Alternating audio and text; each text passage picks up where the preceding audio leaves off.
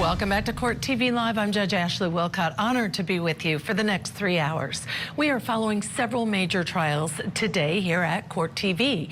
In New Hampshire, the state has rested their case in chief in the trial against Adam Montgomery. The 34-year-old father is accused of brutally beating his 5-year-old daughter, Harmony, to death back in 2019. Now, court will resume tomorrow morning with either the defense's case, if they choose to present anything, or closing arguments.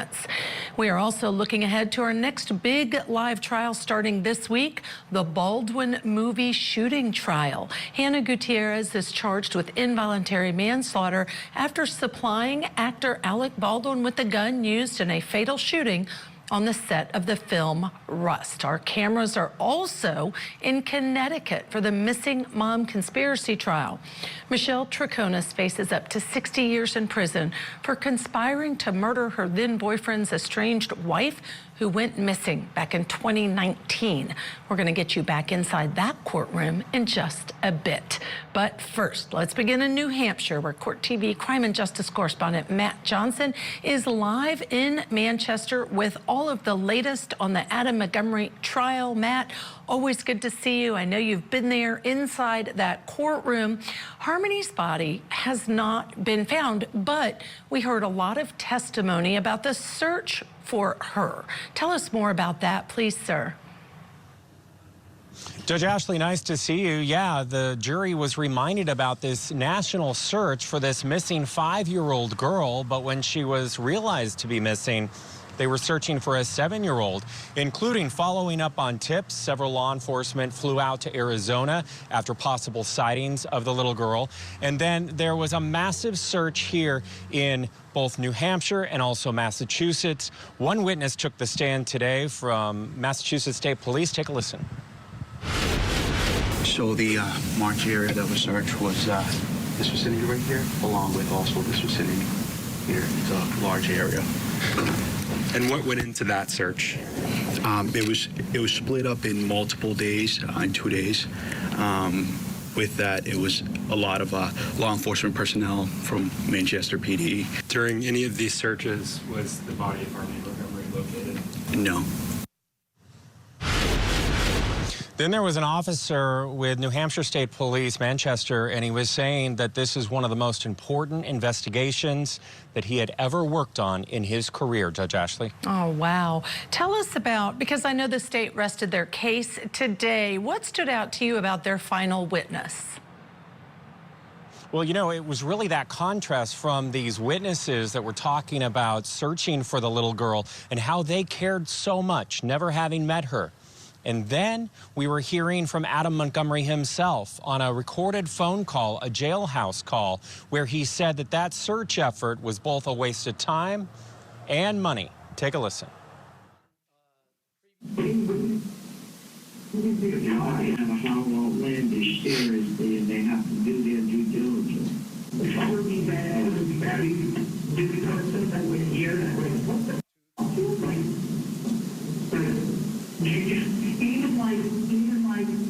the way to just read taxpayers' money, I guess. Because just think about how much money that you're wasting and an effort. I think it's kind of cool to say, okay, I understand that, because I really but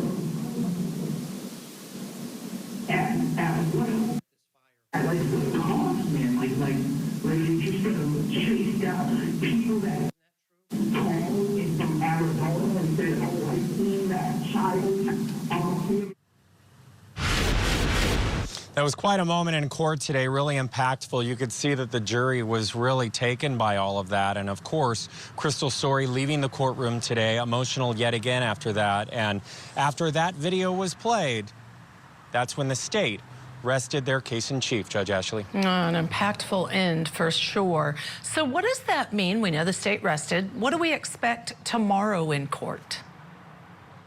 Tomorrow's going to be another huge day in court here in New Hampshire. So right away, we're going to find out whether or not the defense is going to put on a case. Of course, they don't have to, whether or not they're going to call any witnesses, and if Adam Montgomery will take the stand in his own defense. The judge ended the day by saying he has had a choice to make each and every day. So far, he has not chosen to be in court at all. And today is day 9. And if he doesn't get on that bus tomorrow, that means he waives his right to testify. Judge Ashley? All right, Matt Johnson, thank you so much for all your great reporting there live. Right now, I want to welcome in Detroit, Michigan, National Trial Attorney Michael Jaafar and in Denver, Colorado, Criminal Defense Attorney Eric Faddis. Gentlemen, thank you, of course, for being on with us this afternoon.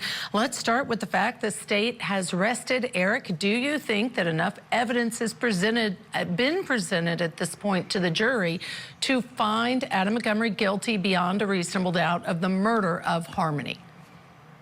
You know, I think the state's got a solid shot. That they put on a lot here, and really one thing that has been most problematic for Adam Montgomery is Adam Montgomery. His own statements are what could very well do him in. The jury just heard him saying it's a waste of time to find my daughter who was missing. You know, what parent in their right mind who didn't kill their daughter would ever say that? And so I think that those statements are going to be very condemning for him, and we'll have to see what the defense does tomorrow.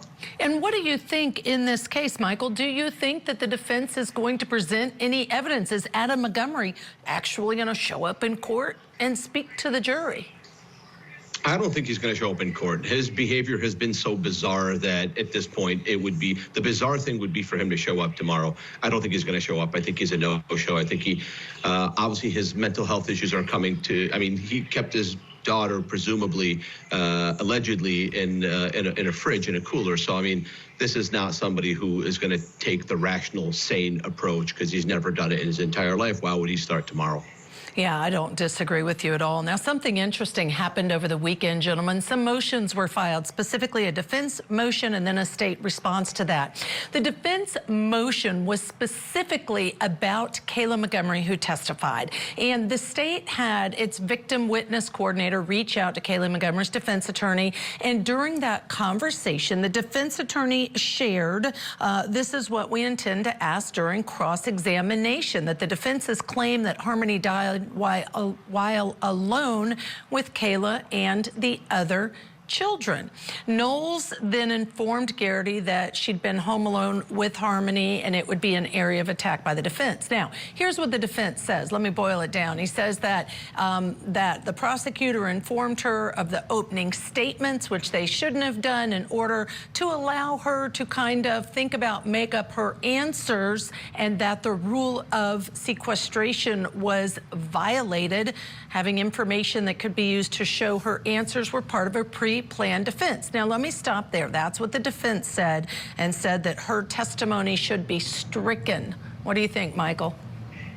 That brought me back to a memory the first time in court when I found this same fact pattern when I was defending a client where the prosecutor and the detective had met with the victim and led her into a line of testimony, and I called it out, and this was in my public defender days, so obviously we were not preparing for it. We were just doing it on the fly, Judge Ashley, right? And I remember the impact it had on the trier of fact, right? I don't think it's going to make a big difference here because there's so much filth that's been attached to the prosecution have done such a good job of attaching so much filth to this defendant that these types of, the defense has to do it, and they're doing the right thing. And if there were robots on the jury, this would be impactful, but the human beings on the jury are kind of roll off their shoulders. All right, so let me tell you, Eric, the response by the state to get you to weigh in. The state filed a response and said Kayla Montgomery was entitled to have attended each and every day of trial if she so chose. That retained counsel has an obligation to speak with his or her client in the course of preparing their client for testimony in any setting, and the fact that no exculpatory evidence was withheld from the defendant. So that's what the state said. Weigh in, Eric, on what you think of the motion and response by the state. Yeah, you know, it's like the other panelist said, I think it might be too little too late for the defense. You know, should the state have disclosed that? I think they probably should have. And you know, the jury's entitled to know if the state is working together with a witness to try to tailor testimony or give a specific impression that's favorable to one side. The jury should know that, and the defense should at least seek an instruction to the jury that happened if Kayla Montgomery's testimony is not suppressed. And that was one of the three things requested. So the defense said there were three different ways the judge could cure this violation, Michael. One was to exclude her testimony in its entirety. The other was to instruct the jury that the state tried to influence Kayla's testimony. The third was to prevent the state from arguing in closing that Kayla was ever alone with Harmony. And we know this is a big part of the defense's case, trying to suggest and indicate to the jury that Kayla was alone with Harmony and point the finger at her to keep it off their client, Adam. So hearing those three avenues of relief, do you think there's any possibility, Michael, that the judge might decide one of those is appropriate? I think if he's following the letter of the law, I think, in my opinion, he has to find one of those appropriate, right? He has to. And kudos to the defense. I hope I meet this attorney at some point. I'm gonna tell her thank you for everything you've done. You did an amazing, masterful job in a very difficult situation where your own client abandoned you. So to answer your question, Judge Jesse, I think the judge has to take one of those avenues.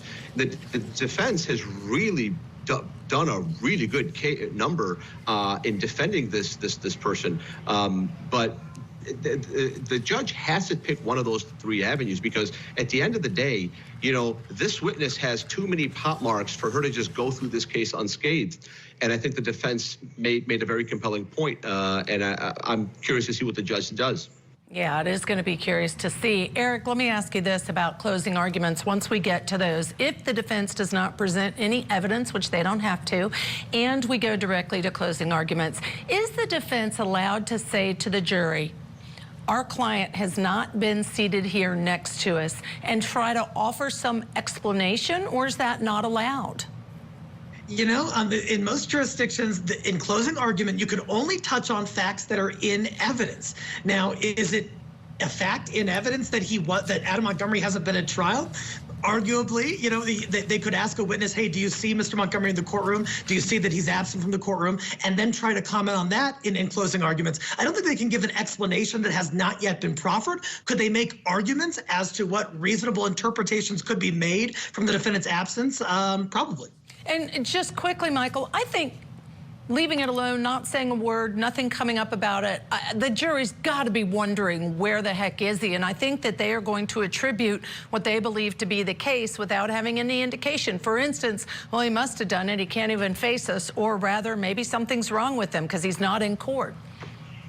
The metaphor of him not being in that case is blaring, right? Because the whole point of the case is you were not there for your daughter. That's the undercurrent of it. You were not there for your daughter, and you were not there for the trial. And so in my opinion, Judge Ashley, I agree with you. It's too big of an elephant in the room to not be addressed. How to address it? I like the way my co-panelists you know, alluded to ways that they could do it. So that's the procedure on how to do it. But whether or not they have to do it, you're right. They have to do it. If they don't do it, he's already hanging by a thin thread of any chance of overcoming the elements of second-degree murder. But I think they have to address it. If they don't address it, that would be just bizarre on bizarre. Right, I agree with you. And it is the elephant in the room for all of us, quite frankly, seeing that he never bothered to come to court. Stay with us. Coming up next, we're going to head back to Connecticut for the missing mom conspiracy trial for Michelle Troconis. We'll be right back. Testimony remains underway in the trial against Michelle Troconis. She has been charged in connection with the disappearance and presumed death of Jennifer Dulos, a mother of 5 who disappeared back in 2019. Let's get you back into court. On the stand now, retired Detective John Kimball. Officer Kimball, we were going to show you a couple of videos, and I think now I'll just show you them from this is from the surveillance at 4 Jefferson, from 1 Jefferson crossing across the street. Okay. I'll go. I can do it, yeah. Yes.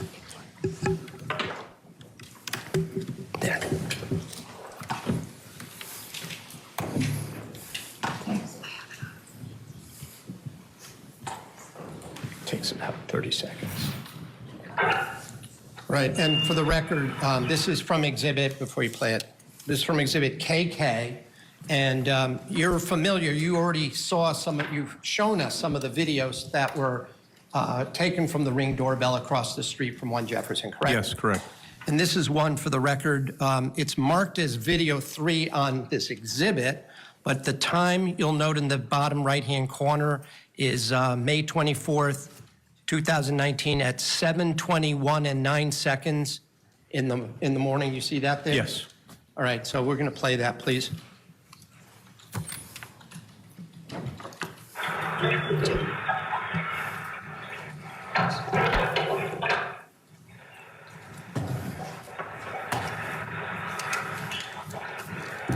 Could you pause it for a second?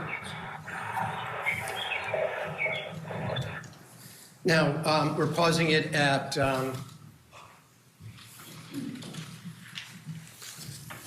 7:21 and, well,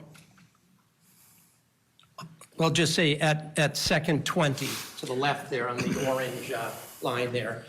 I'll first note, this was you'll recall, May 24th was a Friday, correct? Correct. And we see that the garbage pails are out in front of both 1 Jefferson and at 4 Jefferson Crossing, right? Correct. So by this time, you were aware that garbage pickup day was Friday in this part of Farmington, right? Correct. Okay. Good, play it, please.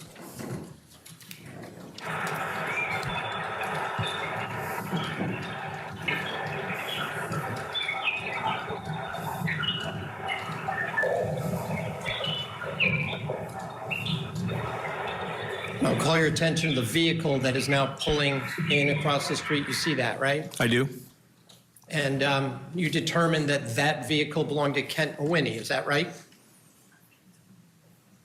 I didn't determine that. Nobody in your department determined that that was Kent Mawhinney's SUV pulling Well, in? it's consistent with Kent Mawhinney's SUV, yes. Okay. But And definitive. it was not consistent with a Ford Raptor, was it? No. It was not consistent with a Chevy Suburban that was owned by the Ford Group, right? Correct. And it was not consistent with a rental Yukon, right? No. Okay. But the Yukon wasn't rented at the. That's, of course, but I'm just pointing out that it was not one of the Ford Group or Doulos vehicles. Yes, correct. Okay, you can play the rest of it, please.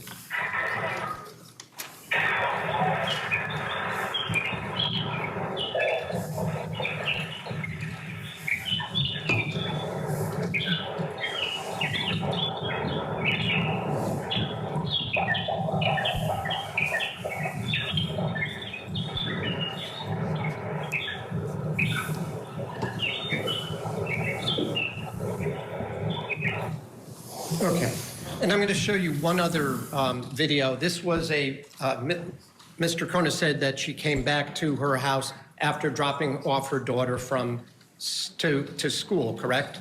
Correct. To school. All right, so now we're at, pause for a second, and we're now at, for the record, May 24th at 8:01 and 54 seconds. Same date.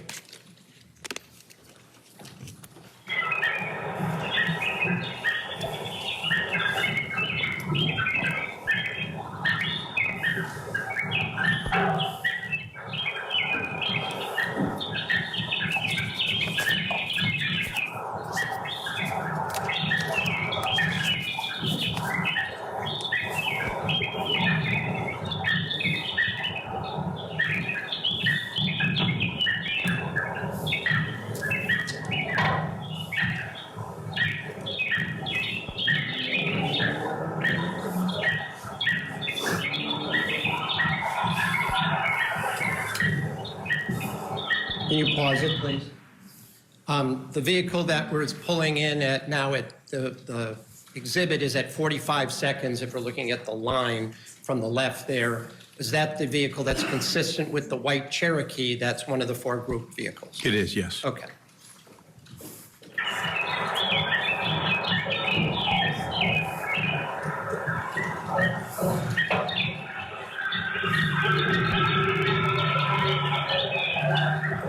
And pause again for a second.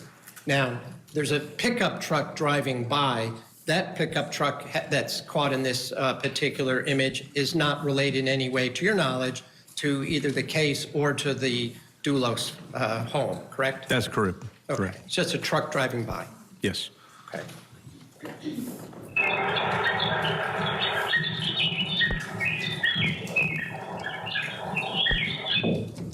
Okay. Now, also just before the break, I asked you whether or not you had indicated as part of your affidavit regarding the arrest of Michelle Troconis in September for the car wash, the washing of the Tacoma, whether you mentioned in that warrant that Michelle had said words to the effect of, well, obviously, when asked by you why she thought Doulos would be washing the Tacoma, her reply was, well, obviously, all the evidence says, because you showed me the picture of the blood in the door, it's because the body of Jennifer at some point was in there, unquote. Do you remember Yes. that being your language? Yes. Now Okay, do you need, I found this, do you need to see it? Now No. you know that's what it says, right? Yes. Okay, so let me just be clear. There was never any scientific laboratory analysis that determined that there was any blood on the door of the Tacoma, correct? My understanding is that there was the presence of blood, but the DNA profile was not developed. So we don't know whose blood it was. So let me get this straight. Again, I'm not a scientist. Are you sure that, based on what you're saying, is that in fact the lab did not test nor find any blood on the door of the Tacoma when it was tested by the state lab? I am not sure, to be fair. You did not write in any report that blood was found on the door of the Tacoma, did you? No, I did not.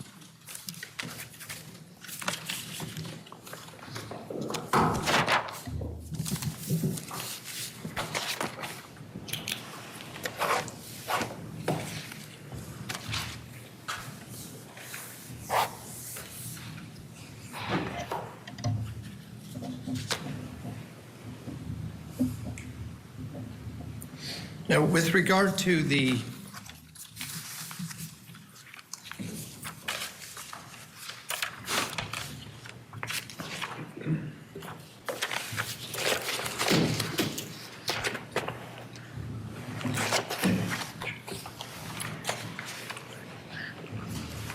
what you had indicated to Michelle regarding the findings of the laboratory personnel down from what was recovered at Wells Lane in New Canaan, by now you had much of the DNA analysis by August, correct? Correct. And you were also aware that the only place that there was the location of any mixture of blood that contained any let me withdraw that question and ask it a different way. Let me bring in now National Trial Attorney Michael Jaafar, Criminal Defense Attorney Eric Faddis, both still with us. All right, gentlemen, Eric, let me start with you.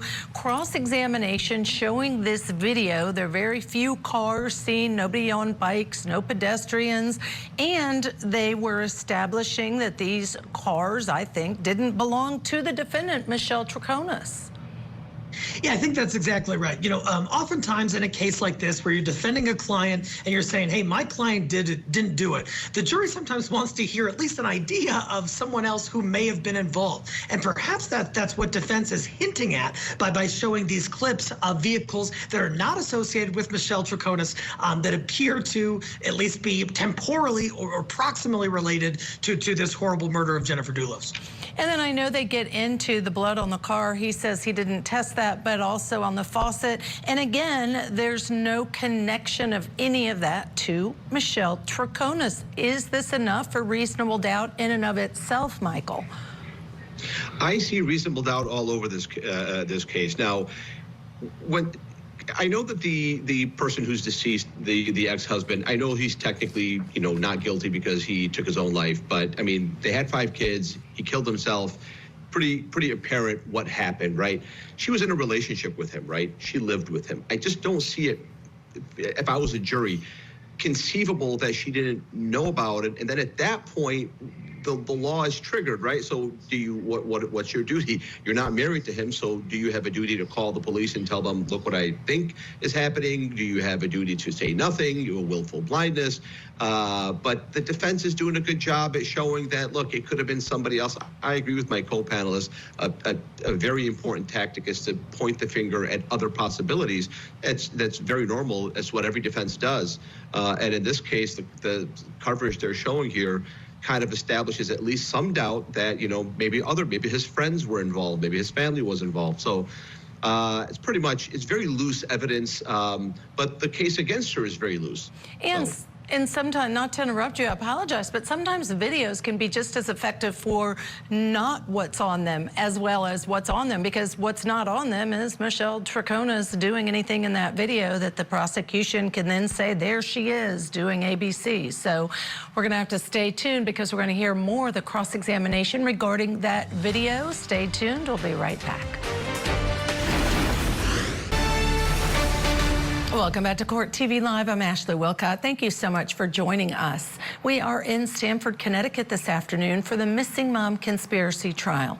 Michelle Troconis is charged with conspiracy to commit murder, tampering with evidence, and hindering the prosecution in connection to the disappearance of Jennifer Dulos.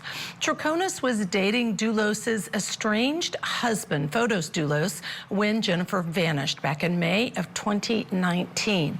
Let's get you back into court now, where the defense is continuing cross-examination of retired Detective John Kimball.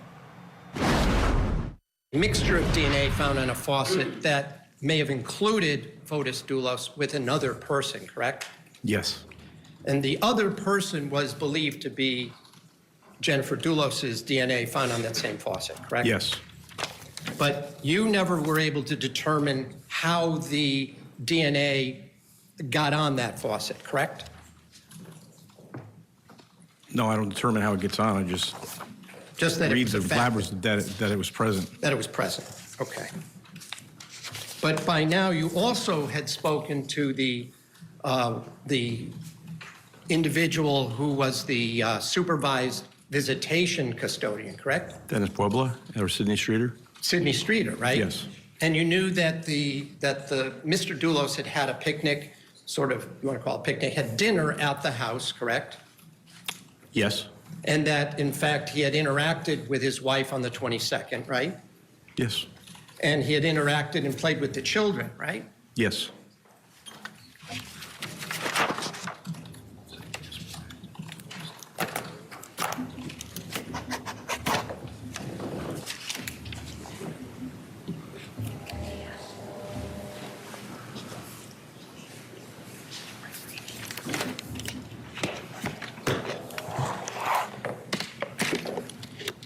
When we were here on Friday, we watched a number of videos of the comings and goings of the vehicles from 80 Mountain Spring, correct? Yes. You were asked to narrate, if you will, some of the exhibits and some of the time frame of the vehicles coming and going. That's right? correct.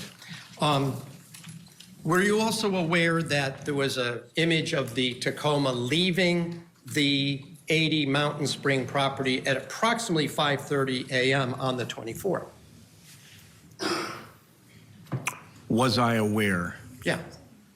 When? When you were interviewing Michelle on August 13th, 2019. I don't remember when we determined when we saw that video, so I can't answer that. All right. You didn't ask her any questions about that travel or transportation or that vehicle on that morning and that day, did you? We're talking about the Tacoma? The Tacoma leaving 80 Mountain Spring Road at looks like around 5:30 in the morning on that day. I don't think we had that information, so I didn't ask her specifically about that. Well, didn't leg. you? I thought when you were here on Friday, we watched a bunch of back and forth from 77 Mountain Spring Road, and you narrated that. Right? Yes. Had you seen any of that by the August 13th, 2019? I'm just going to pose an objection. I don't believe that that particular video was played. I That's could be wrong, but I don't think it was. It's up to the jury's memory as to whether it was played, and the objection is overruled. I'm sorry, could you read? Yes. Had you seen any of those videos that we watched on Friday from 77 Mountain Spring Road when you were interviewing Michelle Troconis on August 13th, 2019?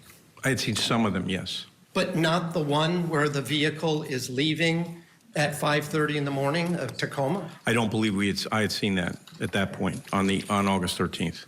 In any event, you had no information of anyone arriving during the night of May 23rd, no, withdrawn. You had no information of anyone arriving in the night, beginning in the night of May 24th, 2019, 280 Mountain Spring Road before the Tacoma left the property. Is that correct, as of the August 13th interview? Well, someone would have had to arrive in order to drive the vehicle out. My question, did you see any video of anyone arriving? No.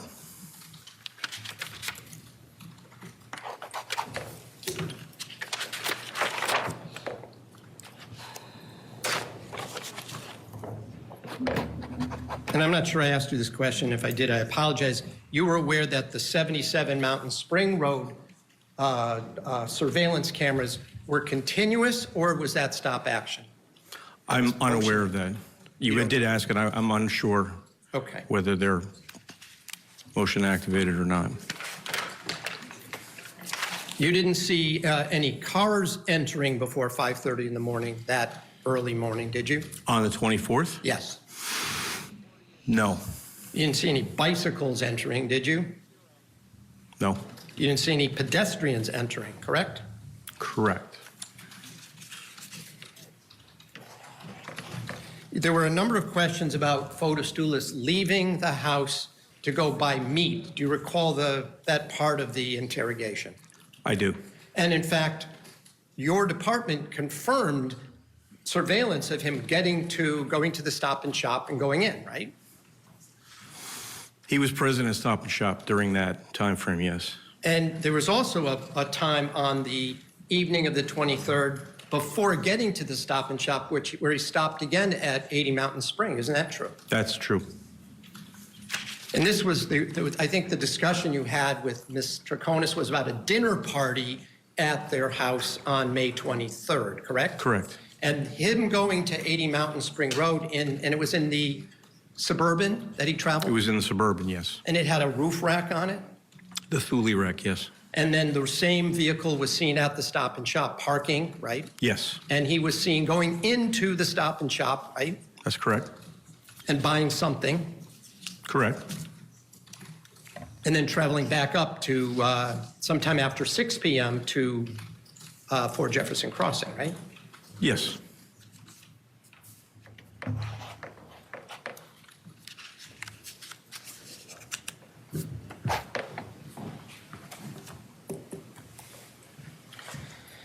And by the way, you did interview prior to August 13th, 2019, the people who had been at the dinner party at the Doulos home on the evening before, right?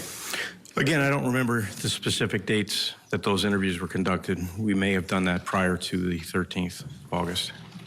I don't remember what dates they were interviewed. And they were certainly, just their names, I'm not going to ask you what they said, but you talked to Stephen Reich? Correct. His then girlfriend, maybe now she's his wife, I don't know, Beth Johnson? I didn't speak to her. I'm not sure if someone else did, but I know I didn't. Mr. Haynes, Robert Hutch Haynes, the owner of the water skiing thing, right? He was interviewed at some point, yes. And his wife, Erin, right? Correct. And they all were talked about in the video, weren't they? They were.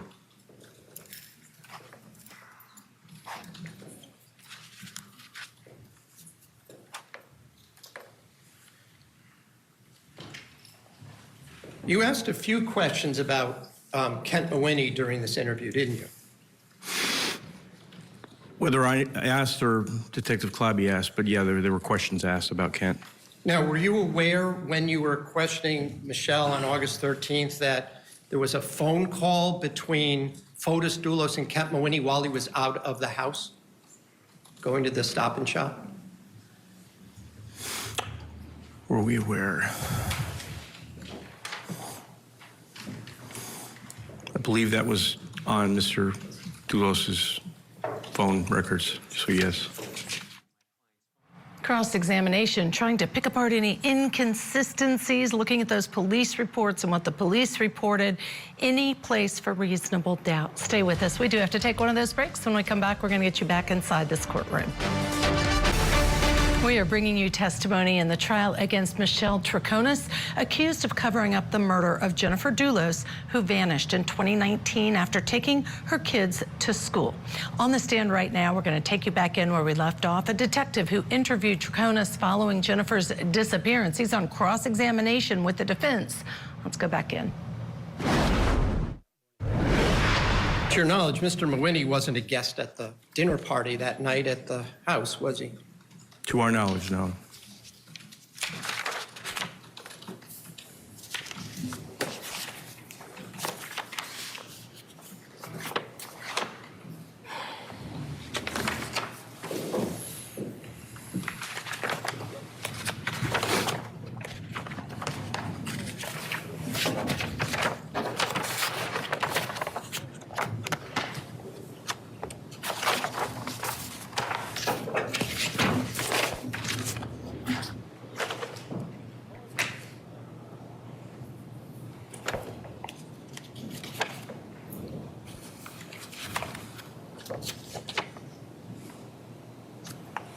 Incidentally, when we showed you that video a few minutes ago of the vehicle consistent with Kent Mawhinney's SUV arriving at 4 Jefferson Crossing, were you ever able to determine when his vehicle left from any of the surveillance?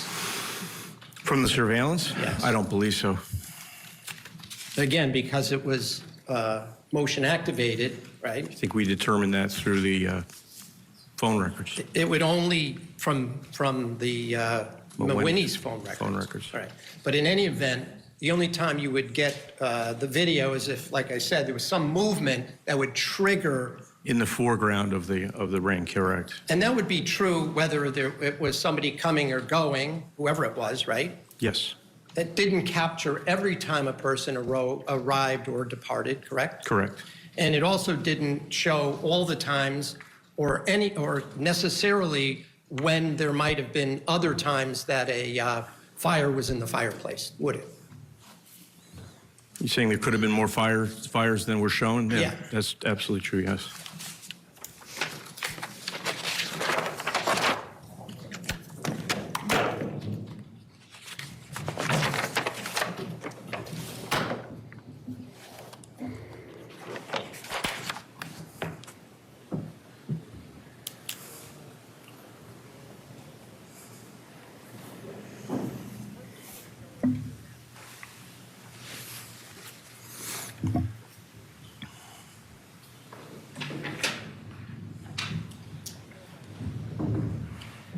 Let me just ask you some questions regarding what was asked on August 13th that you related back to the June 6th interview at Attorney Bowman's office.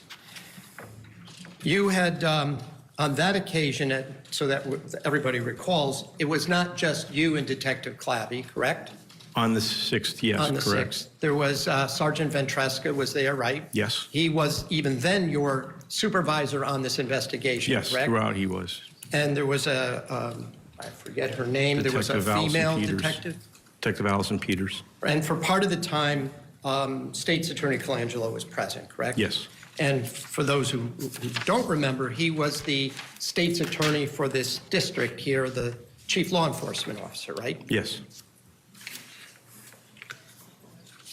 And on that August 13th, during that August 13th interview, you brought up some of the things that Michelle had said, or at least you claimed she had said on June 6th. Isn't that right?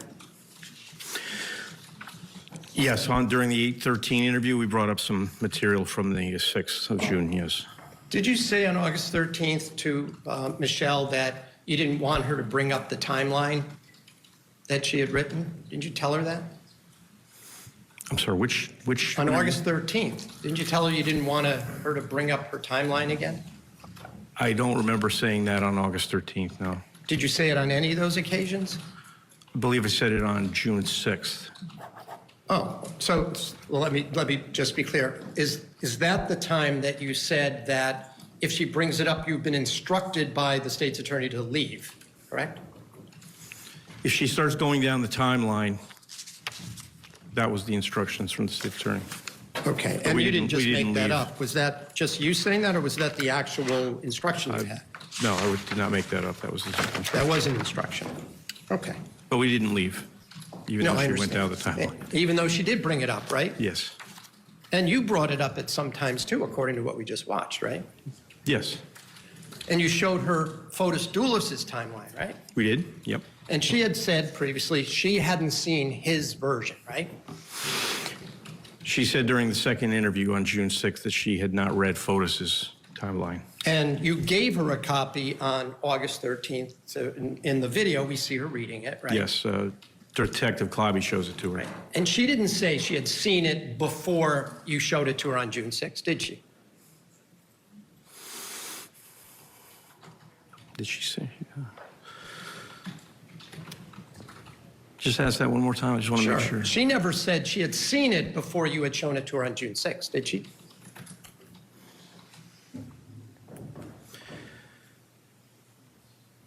No. No. What?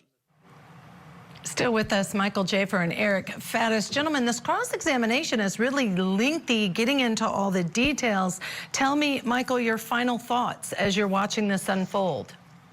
I was riveted. I wanted to see the answer to that last question. I was riveted by it. The attorney's going deep dive into every single nook and cranny of that investigation, of the questioning, how, the timeline. This is where you trip people up, right? Is because nobody has a memory where they can tell you, precisely where they were, what they said to that person, how they responded, and there's video, video of the testimony and of the questioning and interrogation. So I think it's good. I think he's going down the right path, and he's doing a great service for his client. And Eric, share your final thoughts, if you would, please, about this case. Yeah, I mean, one thing that stuck out for me in that cross-examination is that the elected prosecutor apparently told the investigating officer when he was interviewing Michelle Troconis to not get into the timeline. And look, if the government is trying to get to the truth, they should want all of the information they can have. When they're restricting the interviewee in that way, that tends to show that they're trying to tailor the evidence to a theory that they've already come up with, and that they just want the evidence to fit that. And I think the jury's not going to like that. And I think it's frightening because you're right. They're supposed to find the evidence and follow that evidence, not try to make the evidence fit the narrative they've decided on. So great points, both of you. Eric Faddis, I'm sorry that we have to say goodbye to you, but I believe that you are staying with us. Michael Jaafar, coming up next, you don't want to go anywhere. Michael Ayala is joining me. Now, the state's case begins to wind down in the missing mom conspiracy trial, but not before they're expected to call one final witness. You don't want to miss this. It's the victim's mother. We'll have more after the break. Stay with us. Court TV, your front row seat to justice.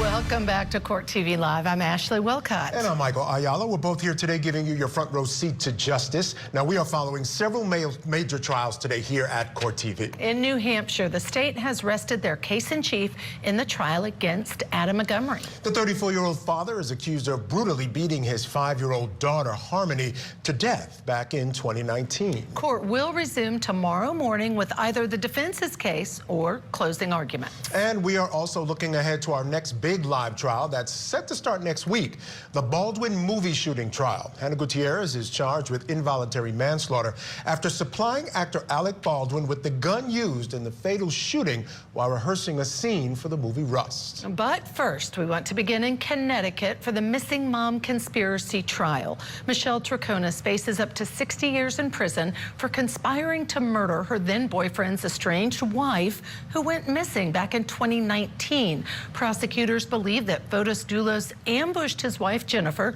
and then had Troconis help him cover up that murder. All right, what we're going to do now is get you back into court there in Connecticut, where Detective John Kimball is being questioned on a timeline allegedly created by Fotis Dulos. To tell her certain things to say, like he was saying things out loud that he was hoping she would include, right?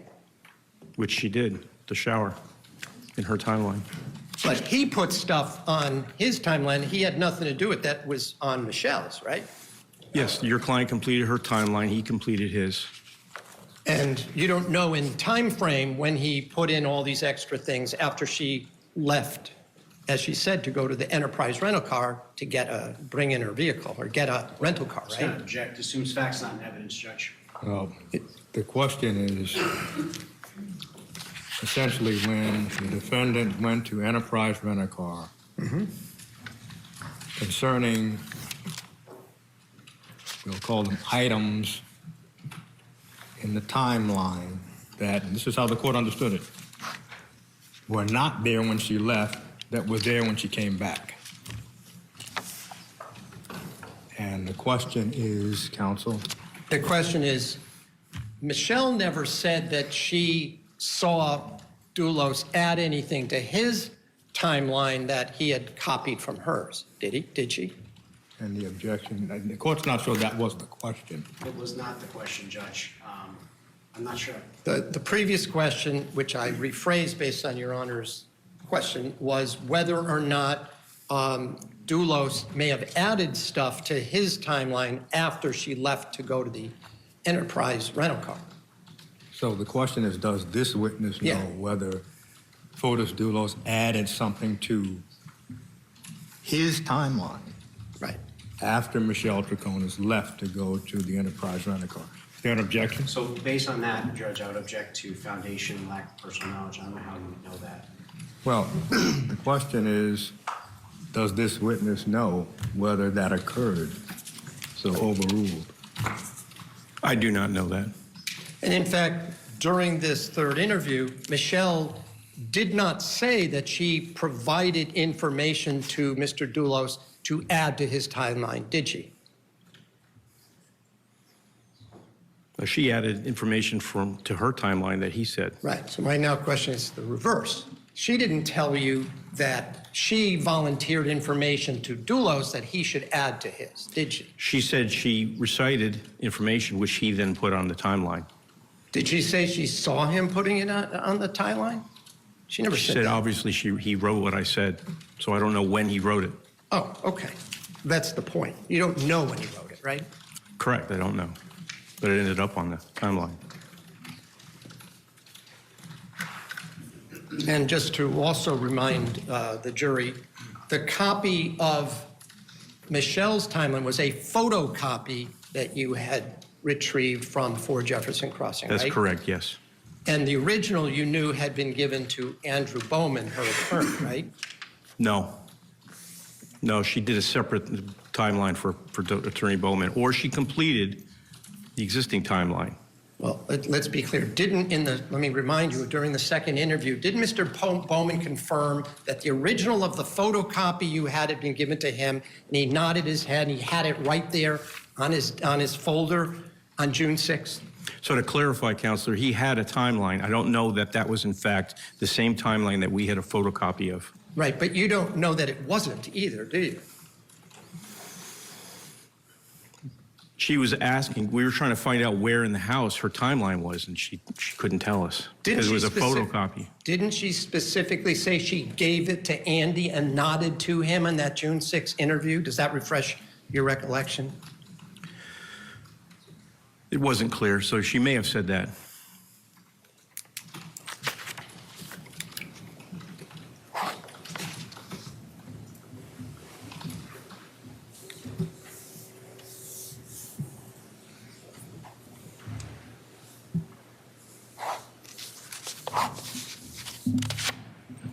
By the way, had you reviewed Pavel Gumieni's interview with Detectives Butin and Allegro prior to the August 13th interview with Michelle?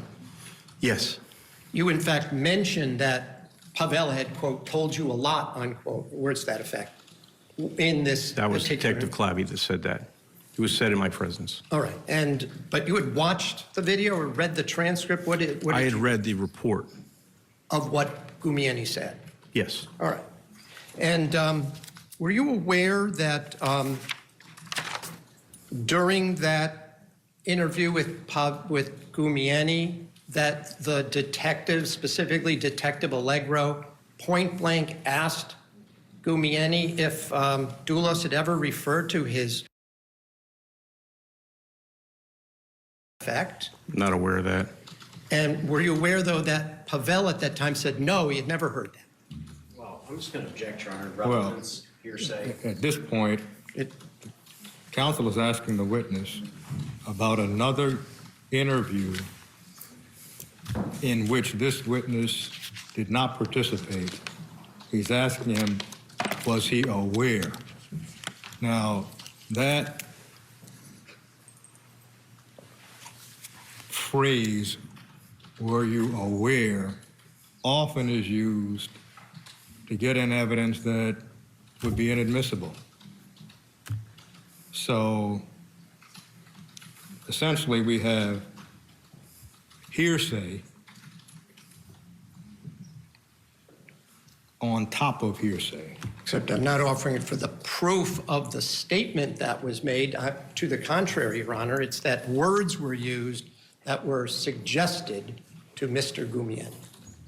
Well, it appears to this court that it is being offered for the truth of the matter, so that Michelle Troconis never used those words.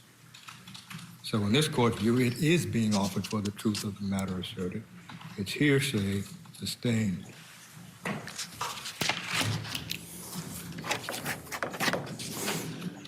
By the way, you never heard Mr. Gumieni say that Michelle ever uttered words like that, did you? Back when you were doing the investigation? No, I did not.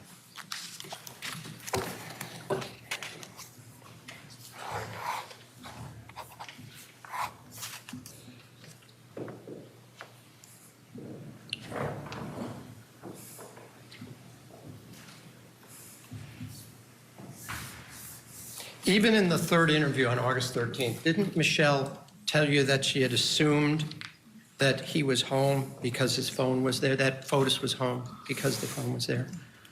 What she said, my recollection was, well, obviously he wasn't, well, probably wasn't home. Probably wasn't home. Probably wasn't But home. she had said she'd assumed it because she saw his phone there, right? She said she had thought that he was home because Kent was there. Didn't understand that one. Okay, well, didn't she also tell you, and didn't we see this in the interview, that Fotis had told her that he had a meeting with Kent Mawhinney coming up on Friday? I don't know that she said that in the August 13th interview. I think she said it in an earlier interview. And she never contradicted that, though, did she? She never took that back, did she? No. And you knew, in fact, Kent Mawhinney was at the house that morning, right? Yes. We saw his vehicle, a vehicle consistent with his SUV, pull through the archway into the back parking area of Fort Jefferson Crossing that morning, right? That's correct, yep. And we don't see the vehicle in any of the time action videos leaving, correct? At no particular. Not that I know of, no.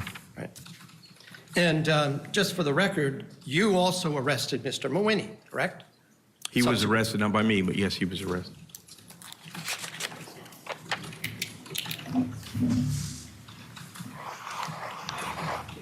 By the way, you also were aware that the next door neighbor at 2 Jefferson Crossing had video that captured all comings and goings and any movement on the street, correct?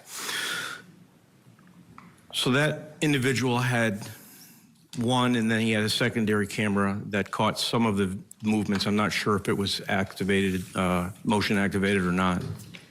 Did you So I don't or know if it one was of the... all of it.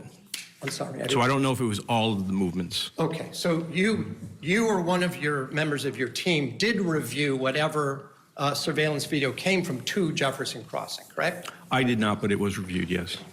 And none of those cameras showed when Mr. Mawhinney left or when a vehicle consistent with Mawhinney's SUV left that morning, correct? I honestly can't speak to that. I don't know. Okay.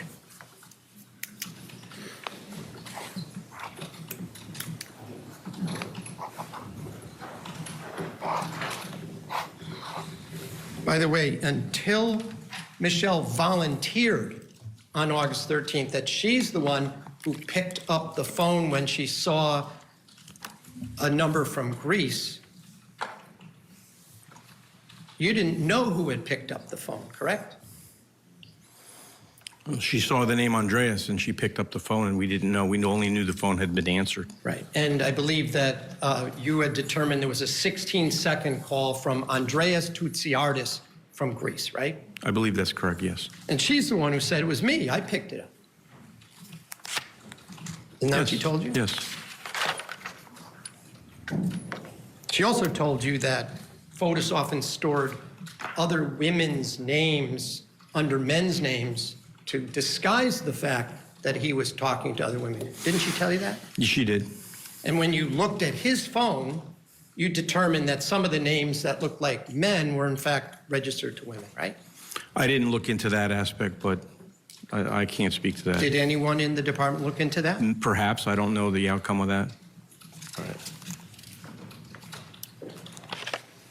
By the way, you never talked to Andreas Toutsiardis, correct? We tried to, but he didn't want to cooperate. Did he come into the United States from Greece like a month or two later? He did. And you did not speak to him at all? Or did No. Nobody from the department did? No. By the way, was his phone seized? It was. Did he ever admit he's the one who sent that short meme that we saw the other day? Well, Judge, I'm just going to object. The detective just indicated I'll withdraw it. this witness wasn't going to cooperate. Right. Sustained. I'll withdraw that. All right, before we take a break, Michael, I must ask you, as a former defense attorney, this cross-examination, yes, it's getting into the details to show that maybe the police made their narrative fit the facts, made it their narrative.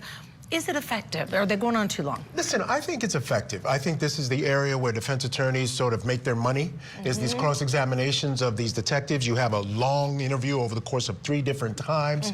What he's showing is that inconsistencies happen on both sides. So while you're able to show some inconsistencies on the one side that support your theory, there's also a bunch of them on the other side that don't support your theory. And I can show that maybe you were trying to shape the narrative. So you start bringing those things, you can't skip any. And if there's a lot, you just do what you can. That's what I was trying to say, shape the narrative, because we know that's what they're arguing, is that the police didn't follow the evidence, but rather decided their narrative and then made the evidence fit that narrative. It's starting to feel that way a little, I A gotta little say. bit. I agree with you. Yeah, especially as this detective doesn't remember things and no, we didn't do that. So let us know what you think. Join us on social media. We're going to take a break. When we come back, of course, we'll get you back inside that courtroom.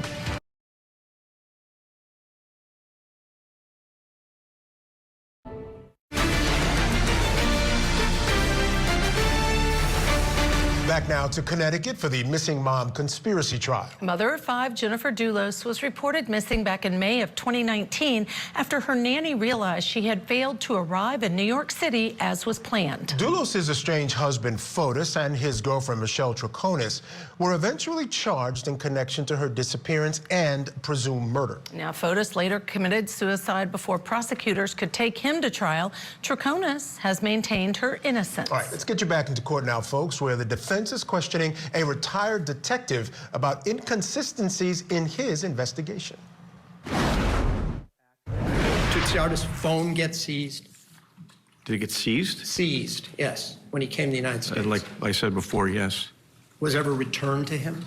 He never asked for it back, is what I heard.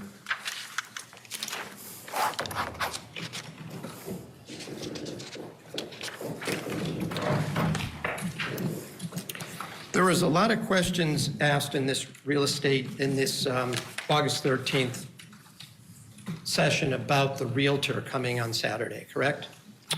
Yes. And I think Rania. Rania, and her, just for the record, we're talking about, that was going to be my question. You mentioned Rania, but her last name is Manousis, right? Or Manoutis? I believe so, yes.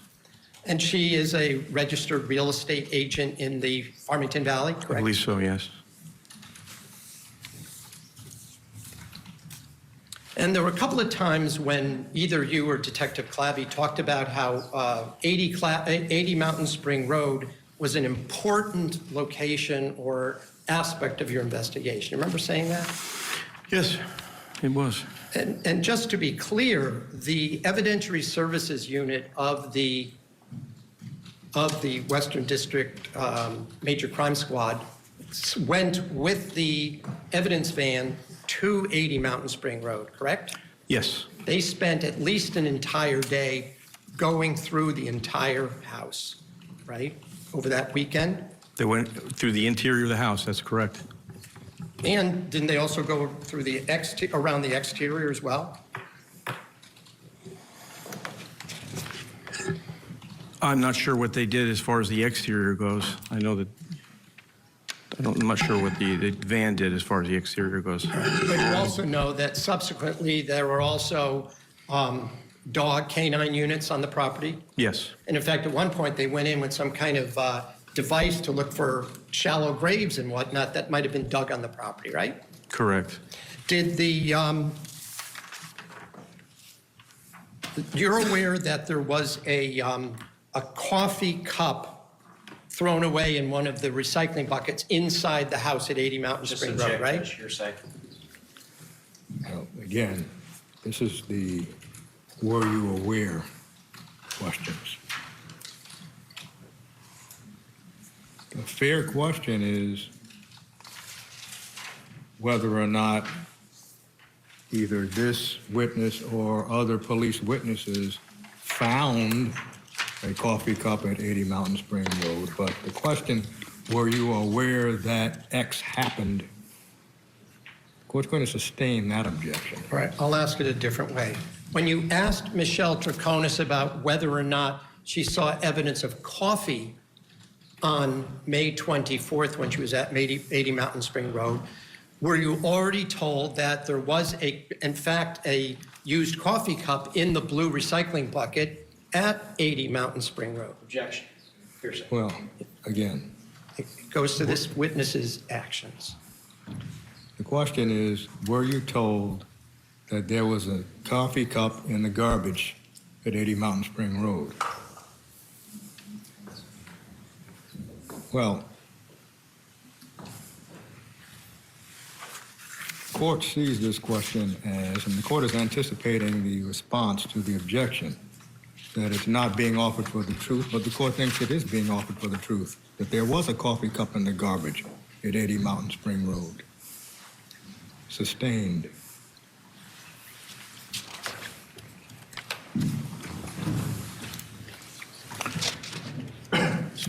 All right, well, let me ask a different question. What evidence did you have a knowledge of that was found at evidence that was used in this investigation, did you find at 80 Mountain Spring Road that you were in possession of when you were questioning Ms. Troconis on August 13th, 2019? Judge, I'm just going to object hearsay. Well, the question is, what was found at 80 Mountain Spring Road? That's the question. Yeah. Overruled.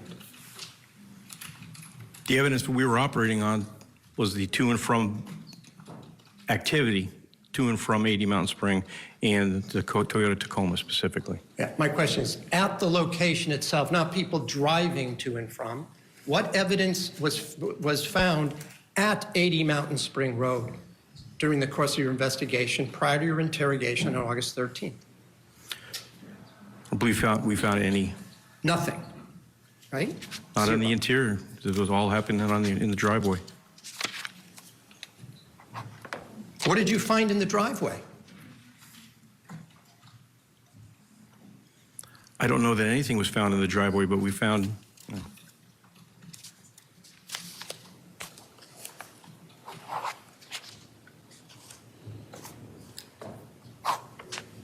She told you that she had brought over cleaning supplies to 80 Mountain Spring Road, right? On August 13th? Yes. Did anybody seize any, to your knowledge, any cleaning supplies at 80 Mountain Spring Road? Well, at 80 Mountain Spring Road. Right. We found some in the garbage in Albany Avenue, which may have been at 80 Mountain Spring Road at some point. I don't know. Of course, I didn't ask you that question, sir. Okay. Right? Let's just talk about what was found at 80 Mountain Spring Road. No cleaning supplies were found at 80 because it... No garbage bags were found there, were they, at 80 Mountain Spring Road? I'm not sure if any garbage bags were found at 80. No Clorox or other cleaning spray was found at No, 80 Mountain that's Spring Road, correct. right? You asked a number of questions as I watched this video the other day on Friday about whether or not she was cleaning windows. Do you remember that portion of the testimony when you were asked questions about it and we watched the video? Yes, I remember that point in the interview. All right.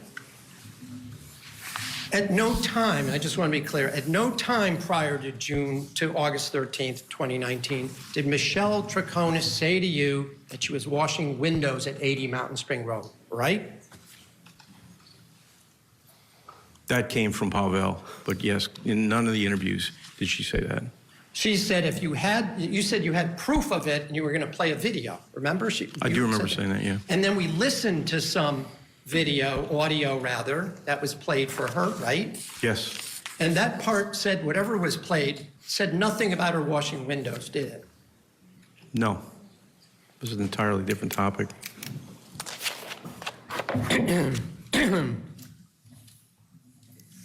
This past Friday, you did say that was a mistake, correct? Yes, I did. On your part? Yes.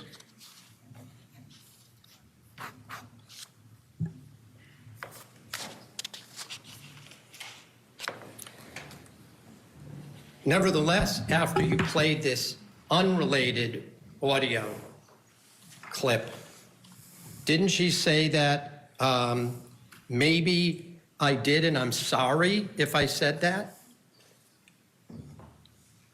About the windows? Yeah. Yes, she did.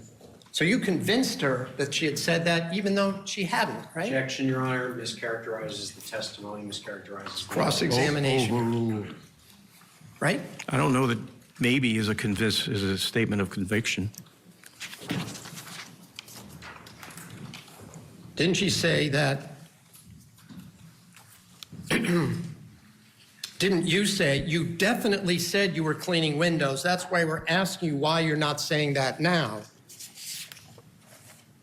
And in response,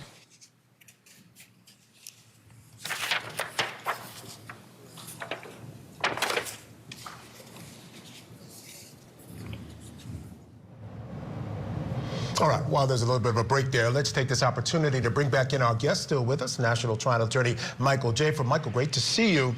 As I said earlier, cross-examinations are where defense attorneys make their money. You do it often, you get good at it.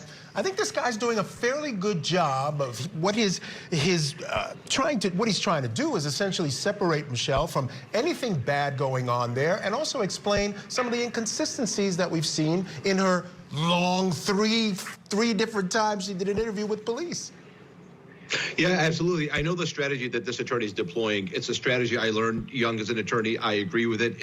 And the strategy doesn't really have a name. It's where you throw a bunch of darts on the board and you hope to get as many as possible. But also he's deploying another strategy that I also agree with, which is he knows that a lot of the questions he's going to ask are going to get an objection.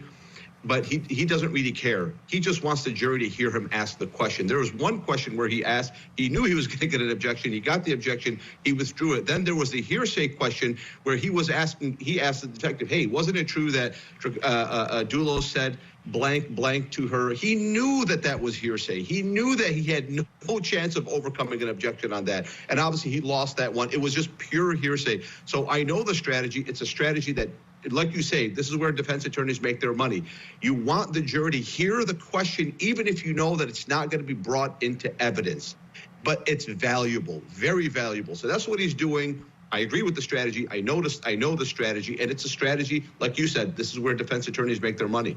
So at the end of the day, do you think the fact that she gave multiple statements and interviews with the police, if there's a conviction, is that part of the reason for the conviction? Because they do bring out inconsistencies in her story.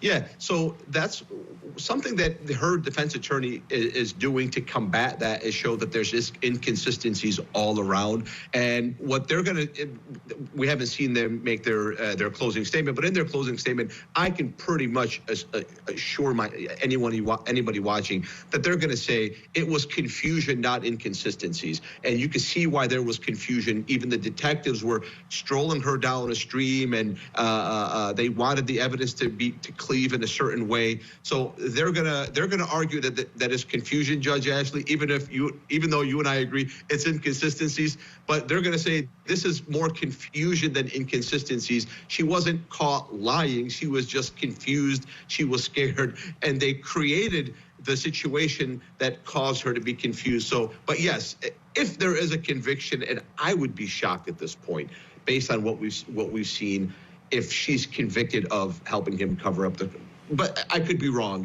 But yes, it would be because of inconsistencies if that happens. Yeah, it's always the inconsistencies. Yeah. It's always the statements that they make to police. But again, I agree with you, Michael. I think he's doing a decent job of showing that it could have been a cross between confusion as well as inconsistencies, which I think is raising some doubt. All right, we're going to take a break here, folks. When we come back, we'll have more of the cross-examination, see what else the defense attorney has up his sleeve. Keep it right here on Court TV, your front row seat to justice.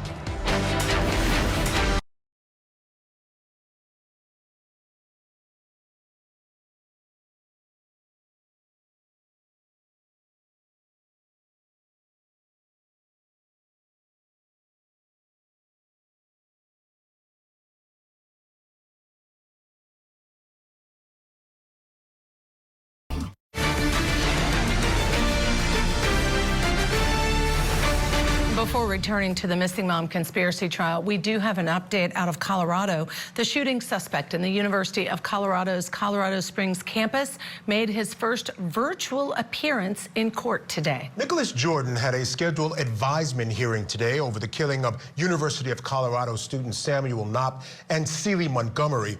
Now, during the hearing, the judge granted the prosecution's request to increase Jordan's bond from $1 million to a cash bond of $5 million. The state is also pushing to unseal the probable cause affidavit to the public. His next hearing will take place on February 23rd. And this afternoon, we are in Connecticut for the trial against a woman accused of helping her ex-boyfriend murder his estranged wife. Michelle Troconis is charged with conspiracy to commit murder, tampering with evidence, and hindering prosecution, all in connection to the disappearance of Jennifer Dulos. Her body has never been found. Let's get you back into the courtroom now. We're going to take you back in where we left off. Retired Detective John Kimball still under cross-examination by the defense.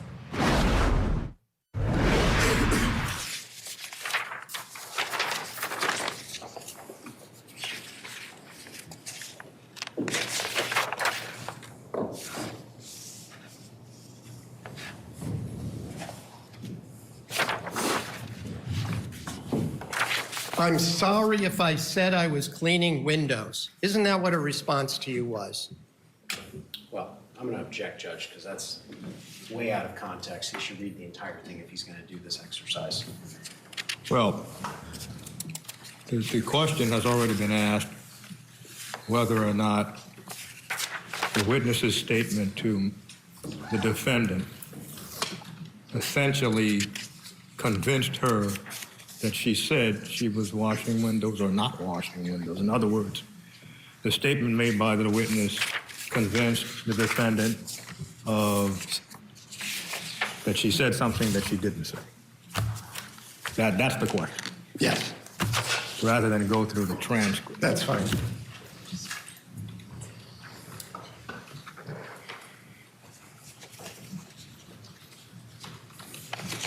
Let me ask, isn't that correct? That you told her she was definitely washing windows, and she said, I'm sorry if I said I was washing windows. Judge, I'm going to object. That is not the sequence as I recall it. Well, there's redirect, overruled. Question in one piece, if you would, Counselor, please.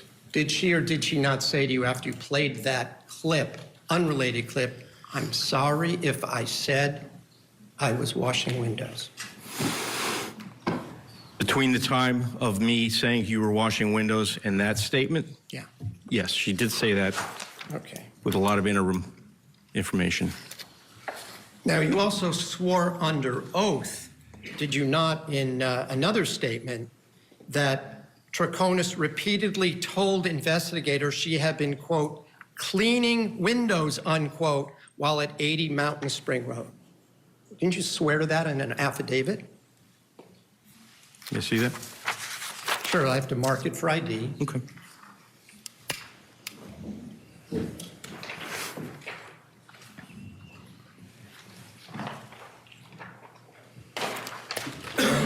Counsel.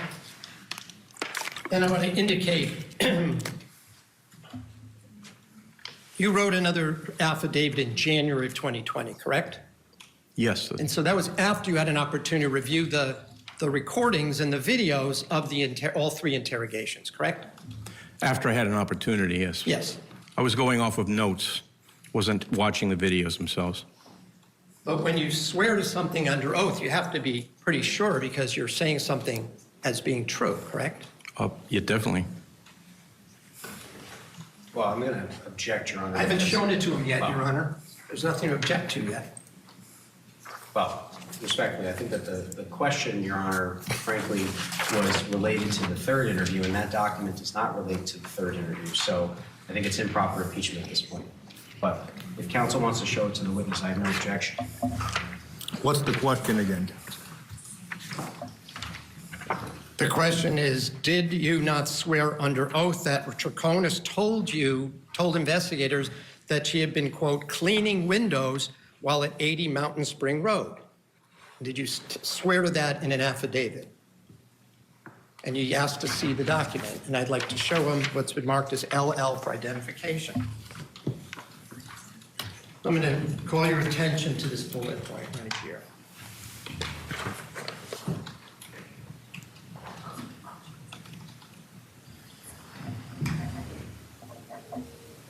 Okay, I see that. So did you, under oath, swear that she had repeatedly said that she had been cleaning windows at 80 Mountain Spring Road?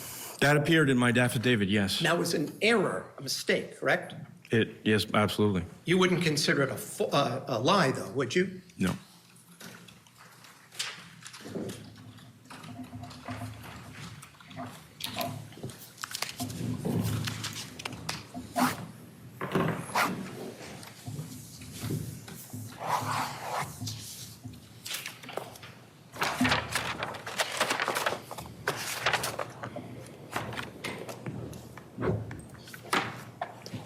Yes, on Friday, you were shown a couple of videos where you pointed to some smoke coming out of the chimney of the house, correct? Yes, correct. And you're aware that that was a chimney connected to a fireplace in that house, right? Yes. In the video, you referred to it as billowing smoke. Well, correct? Just object, Judge. Ground. It mischaracterizes the video. This witness did not say this.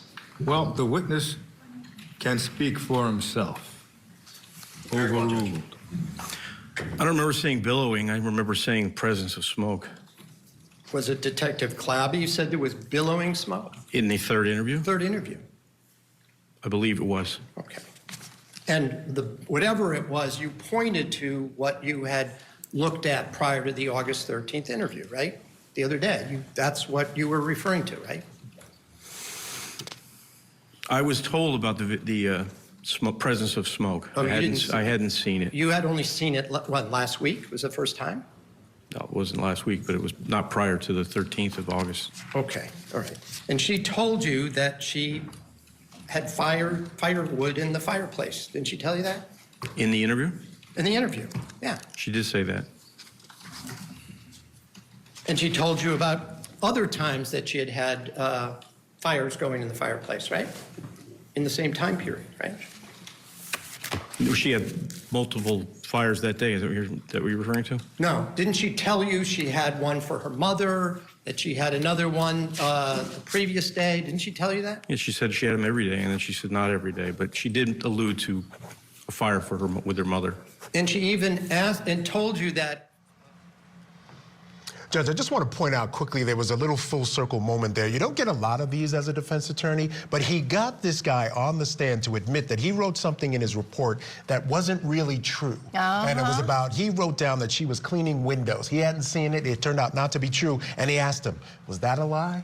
And he goes, no, I don't consider it a lie. Remember earlier there was some issue as to something she had told the police that she didn't consider a lie, but they did. Right. So it's a little bit of a full circle moment. You don't get a lot of those, so I just wanted to point that out. And I think during closing it's going to say, remember, he lied. He said cleaning a window, and they're going to bring that back, that full circle, and use it against. All right, stay with us. We have to take a break. When we come back, of course, we'll get you back inside the courtroom. Tonight on Closing Argument.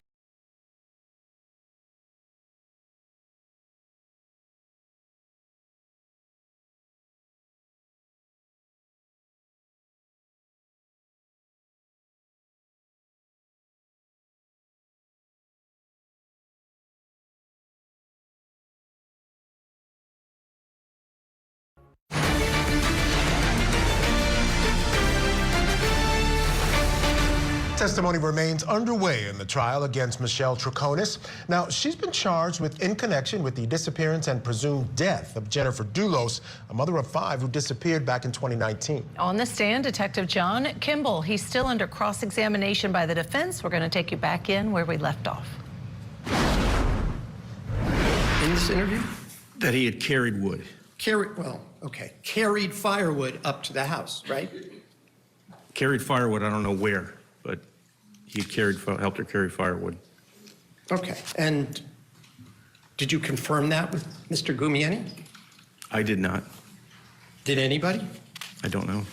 Now, there was some suggestion about the fact that this was in May that this fire, the videos we watched last week showed tremendous amount of wind blowing. Isn't that true in many of these videos? Judge, I'm just going to object. My question was actually, there was an objection to my question. It was sustained. So now counsel's trying to take advantage of a question that I wasn't allowed to complete. The previous question had to do with the fact that this was in May, that there was a fire. The fact that he was asked about a different issue is not what I'm getting into.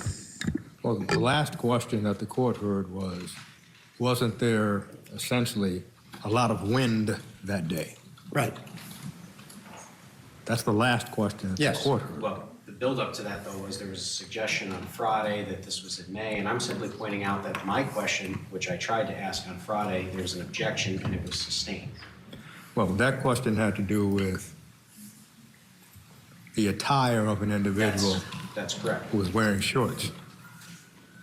Yeah, I'm not asking. So now this question has to do with whether, it has nothing to do with the temperature. It's whether it was windy. Right. So overruled. So I can't quantify the amount of wind. I know that I heard some wind noise, but I can't say it was heavy wind. When you were standing up there looking at the vehicles and illustrating vehicles going back and forth, you didn't notice that the trees were blowing and some looked like maybe, I'm not going to estimate, but in 10, 20, 30 mile an hour winds. I don't know how much wind there was. I just know there was wind. Okay.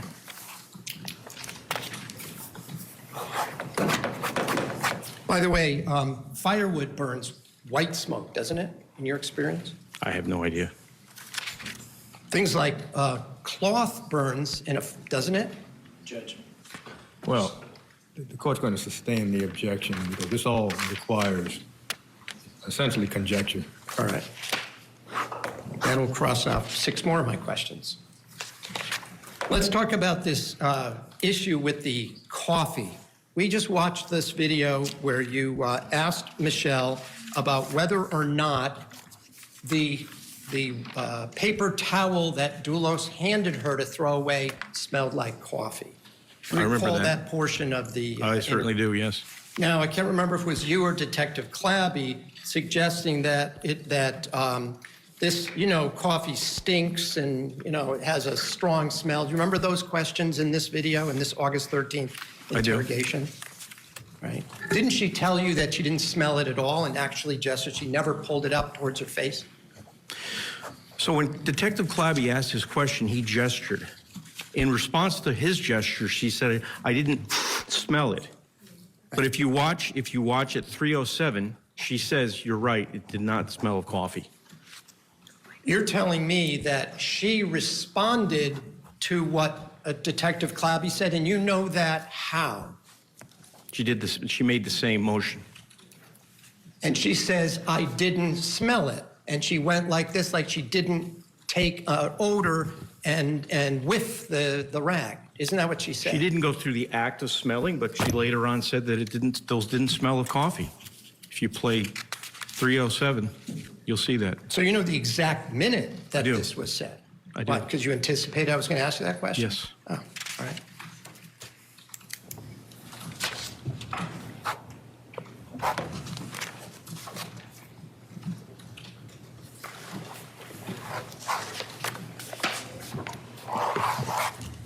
I want to talk to you a little bit about the Tacoma key.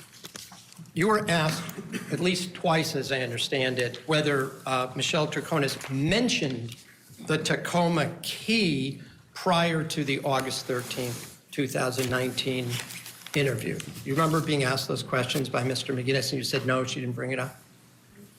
She didn't mention the key. Yes, I You didn't ask her before August 13th about a key, did you? No. You did know that Mr. Gumieni had said, well, maybe she just didn't want to leave a key in an unmanned vehicle when no one was home, or words to that effect. She said that. Didn't Mr. Gumieni say that in his interview prior to August 13th? All right, Michael, I was just saying, watching this witness, he to me now just seems a little contrary as to what he wants to remember or not, and that he just doesn't want to be sitting in that witness chair, and he's a little over it. I think that's a pretty fair assessment. I mean, he's retired. He's probably part of the reason, and you mentioned this, that he retires to get away from this kind of thing. Exactly. And so he's been on there for a while. But let me quickly bring back in Michael Jaafar. Michael, this is towards the end of the state's case. You always want to start strong, end strong, clearly, primacy and recency. Tomorrow, we're going to hear from the mother of Jennifer Dulos. Good way to end?